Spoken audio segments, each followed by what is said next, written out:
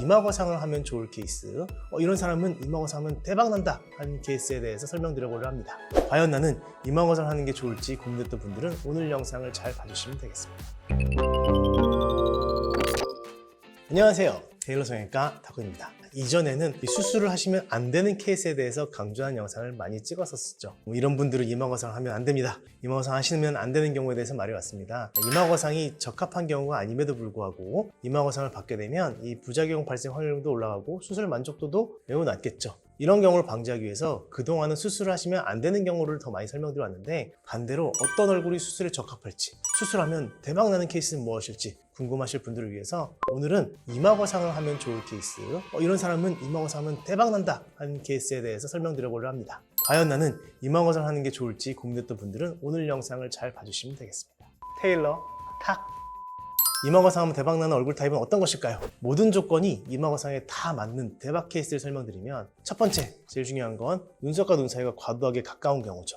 두 번째, 그러면서도 눈두덩이 피부의 두께가 두꺼운 경우. 세 번째, 쌍꺼풀은 아예 없는 것보다는 약간 눌린 눈꺼풀로 인해서 숨어 있으면서 안검하수와 눈썹 보상이 없는 사람이 이마 거상으로 효과를 크게 볼 수 있는 타입입니다. 그리고 중요한 점은 손으로 눈썹 위를 잡고 이렇게 움직여 봤을 때 눈썹이 4, 5mm 정도 상방으로 이렇게 왔다 갔다 움직임이 있는 경우는 이마 거상 효과가 큽니다. 얼굴 형태를 보면 얼굴이 길지 않고 약간 동그랗고 중안부가 눌려있는 형태의 얼굴형이 이마 거상으로 득을 많이 볼 수 있는 타입이고요. 이마가 좁은 사람도 이마 거상 효과를 잘 볼 수 있는 타입이죠. 6가지 조건 정도가 있었는데, 이 모든 조건을 갖췄을 때 이마 거상으로 대박나는 경우라고 볼 수가 있고요. 이 중에 3, 4개 이상의 조건을 가졌을 때 꽤 효과적이다라고 평가하기 때문에 추천할 수가 있겠고, 1, 2개 정도의 조건만 가졌다면 다른 시술이나 수술들을 같이 해주는 것이 효과적인 경우라고 봅니다. 이 추천하는 케이스에 반대되는 경우가 많을 때에는 수술을 추천드리지 않겠죠. 자, 그렇다면 이마 거상이 하고 싶은데 아까 얘기한 다른 수술을 함께 추천해야 되는 케이스가 있을지에 대한 질문입니다.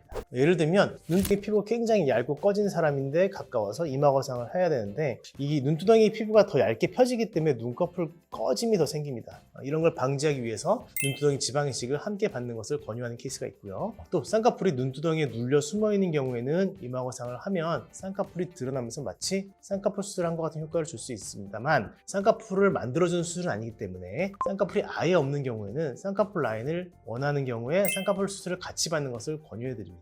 또 안검하수가 심한 경우에는 수술 전에 미리 예측을 해서 눈동자 노출량을 계산해서 이 눈매 교정을 같이 하는 것을 고려하는 경우도 있겠죠. 또 얼굴 전체 비율을 고려해서 이마가 넓은 분이라면 이마 거상 시 헤어라인이 넘어가는 양을 예측해가지고 이마 축소를 같이 하는 것이 효과적인 경우 함께 받는 것을 추천하고 있습니다. 눈썹뼈와 눈두덩이 뼈가 많이 튀어나온 분들은 이 답답한 눈매가 눈꺼풀과 눈두덩이 살 때문 아니라 이 뼈로 인한 부분도 크게 작용하기 때문에 눈썹뼈 축소술도 시너지가 있어서 추천하는 경우도 있습니다.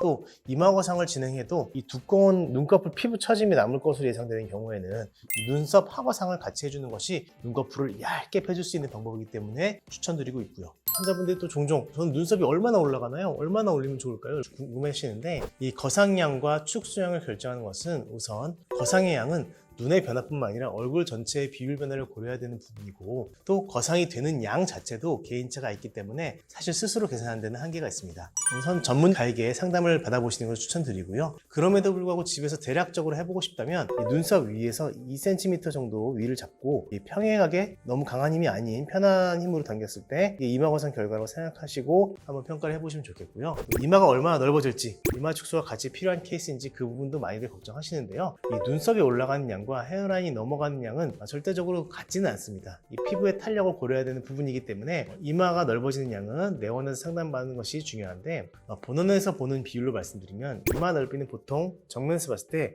헤어라인에서부터 미간 사이, 또 미간 사이에서부터 코끝까지의 비율이 0.9대 1 정도의 비율을 이루는 것이 이상적인 비율이라고 보고 있습니다. 이게 거울로 보면 부정확하기 때문에 사진을 셀카를 좀 멀리서 찍은 다음에, 혹은 거울을 보고 셀카를 찍고 너무 가까이서 찍으면 이게 렌즈 왜곡 때문에 비율이 정확하게 나오지가 않아요. 그래서 좀 멀리서 찍은 셀카를 확대하시거나 타인이 찍어준 사진으로 비율을 한번 분석해 보시면 좋겠습니다. 또 가끔 이런 질문도 있어요. 저는 얇은 피부고 저는 두꺼운 피부고 이런 경우 이마 거상 효과가 달라지나요? 이런 질문인데, 이것은 우선 위에서 말씀드린 테스트를 통해서 어느 정도 효과가 있을지 가늠해 볼 수 있어요. 이렇게 가늠해 볼 수 있고, 이마 탄력이 많이 떨어져 있고 주름이 심한 분들은 이마가 많이 넓어질 수 있습니다. 이 탄력 정도를 알고 싶다면 이 미간과 헤어라인을 붙잡고 위아래로 한번 당겨서 눌러보시면 되겠습니다.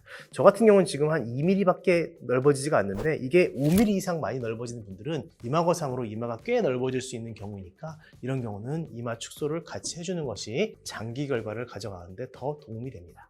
테일러 탁!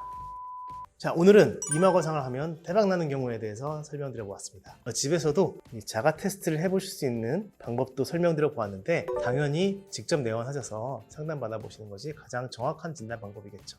그래도 내원하시기 전에 대략적으로나마 체크해 볼 수 있는 방법도 설명드렸으니 한번 따라해 보시고 계획을 세워보시면 좋겠습니다.